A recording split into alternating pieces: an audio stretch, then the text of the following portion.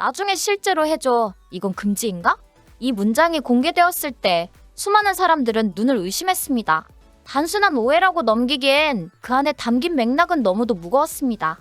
발신자는 대한민국을 대표하는 배우 김수현, 수신자는 당시 고작 17세의 미성년자였던 김세론. 그리고 이 대화는 단순히 누군가의 주장이나 왜곡된 루머가 아닌 김세론 유족이 직접 공개한 카카오톡 메시지라는 점에서 엄청난 충격을 안겼습니다. 대중은 믿고 싶지 않았습니다. 수많은 드라마와 영화에서 순수하고 다정한 이미지로 자리매김한 김수현이 한 미성년자와 주고받은 메시지에서 이토록 수위 높은 말을 했다는 사실은 그간 대중이 가졌던 이미지와는 정면으로 배치되기 때문입니다. 그런데 그 이미지 뒤에 감춰져 있던 진실은 어쩌면 우리가 외면해왔던 또 다른 현실일 수도 있습니다. 더욱 충격적인 것은 이 메시지 하나로 끝나지 않았다는 점입니다. 나 언제 너 안고 잠들 수 있어? 그럼 진짜 꿀잠 잘 수 있을 것 같아. 1년 정도 걸리려나? 3년? 1년도 너무해? 6개월? 이 모든 말들이 단순한 친근한 농담일 수 있었을까요? 아니면 우리가 생각하지 못했던 은밀한 관계의 단면이었을까요? 이제는 고인이 된 김세론의 유족은 단순히 억울함을 호소하고 있지 않습니다. 그들은 실명을 공개하고 대화를 복원하고 심지어는 전달되지 못한 편지까지 세상 앞에 내놓고 있습니다. 그들이 바라는 것은 거창한 복수나 명예 회복이 아닙니다. 단 하나, 진실입니다. 김수현 측은 처음엔 그런 사실 없다고 단호히 부인했습니다. 하지만 증거가 하나둘 공개되자 갑자기 말을 바꿔 성인이 된 이후에 교제했다고 해명했습니다. 이 극적인 입장 번복은 많은 의문을 남깁니다. 왜 처음에는 사실 무근이라 했는가? 왜 성인이 된 이후라는 모호한 시점으로 주장을 수정했는가? 그리고 그동안 김세론이 겪었던 고통과 외로움에 대해 그 누구도 책임지려 하지 않는 이유는 무엇인가요? 이 사건은 더 이상 단순한 연예인 스캔들이 아닙니다. 어린 나이에 화려한 조명을 받았던 소녀가 세상을 떠난 뒤에야 자신의 고통을 세상에 알릴 수밖에 없었던 비극적인 현실. 그리고 그 배경엔 침묵하고 방관했던 수많은 어른들의 책임이 자리 잡고 있습니다. 지금 우리가 이 이야기를 꺼내는 이유는 단순합니다. 누군가는 말해야 하기 때문입니다. 누군가는 진실을 기록해야 하고 누군가는 그 책임을 물어야 하기 때문입니다. 이건 누가 더 유명하고 누가 더 팬이 많은지의 싸움이 아닙니다. 한 사람의 삶이 왜 그렇게 외롭게 끝나야 했는지를 묻는 이야기입니다. 유족의 목소리는 분명합니다. 더 이상은 침묵하지 않겠다. 이제 이 목소리에 우리 사회가 답해야 할 시간입니다. 진실은 고통스럽더라도 외면할 수 없습니다. 우리는 이 이야기의 끝이 어디로 향할지 모르지만 적어도 지금 이 순간 모두가 진실 앞에 솔직해져야 할 때입니다.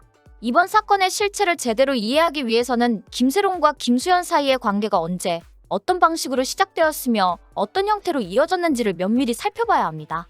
특히 유족 측에서 공개한 카카오톡 메시지, 편지, 그리고 기자회견을 통해 전달된 구체적인 정황은 단순히 말로만 주장하는 수준을 넘어서 실질적인 증거의 형태를 띠고 있다는 점에서 매우 주목할 만합니다. 유족 측이 공개한 2016년의 카카오톡 대화는 당시 김세론이 만 17세, 즉 미성년자였다는 점에서 출발해야 합니다. 이 시점에 김수현은 이미 28세의 성인이었고 사회적으로 영향력 있는 위치에 있던 연예인이었습니다. 그런 그가 나중에 실제로 해줘. 이것도 금지인가? 등과 같은 표현을 사용한 것은 단순한 장난으로 넘기기엔 부적절한 내용이라는 지적이 이어지고 있습니다. 특히 나 언제 너 안고 잠들 수 있어라는 표현은 성적인 뉘앙스를 완전히 배제하기 어려운 문맥 속에서 사용되었기에 더욱 논란의 중심이 되고 있습니다.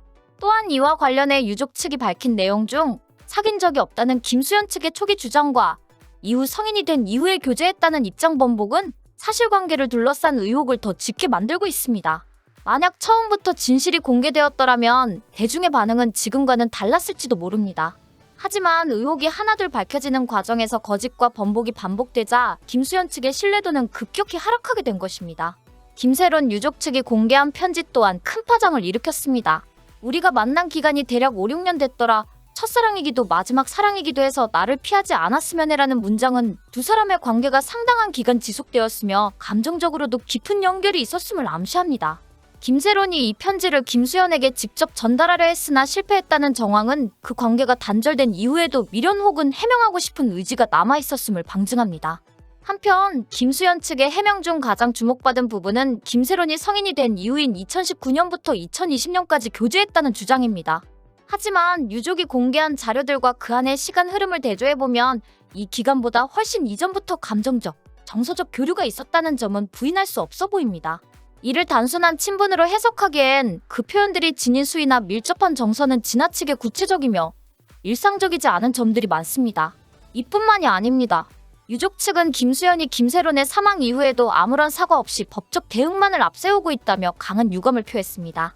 이는 단순히 사건의 진위를 밝히는 것을 넘어서 인간적인 도의나 배려 차원에서도 적절하지 않은 대응이라는 비판으로 이어졌습니다.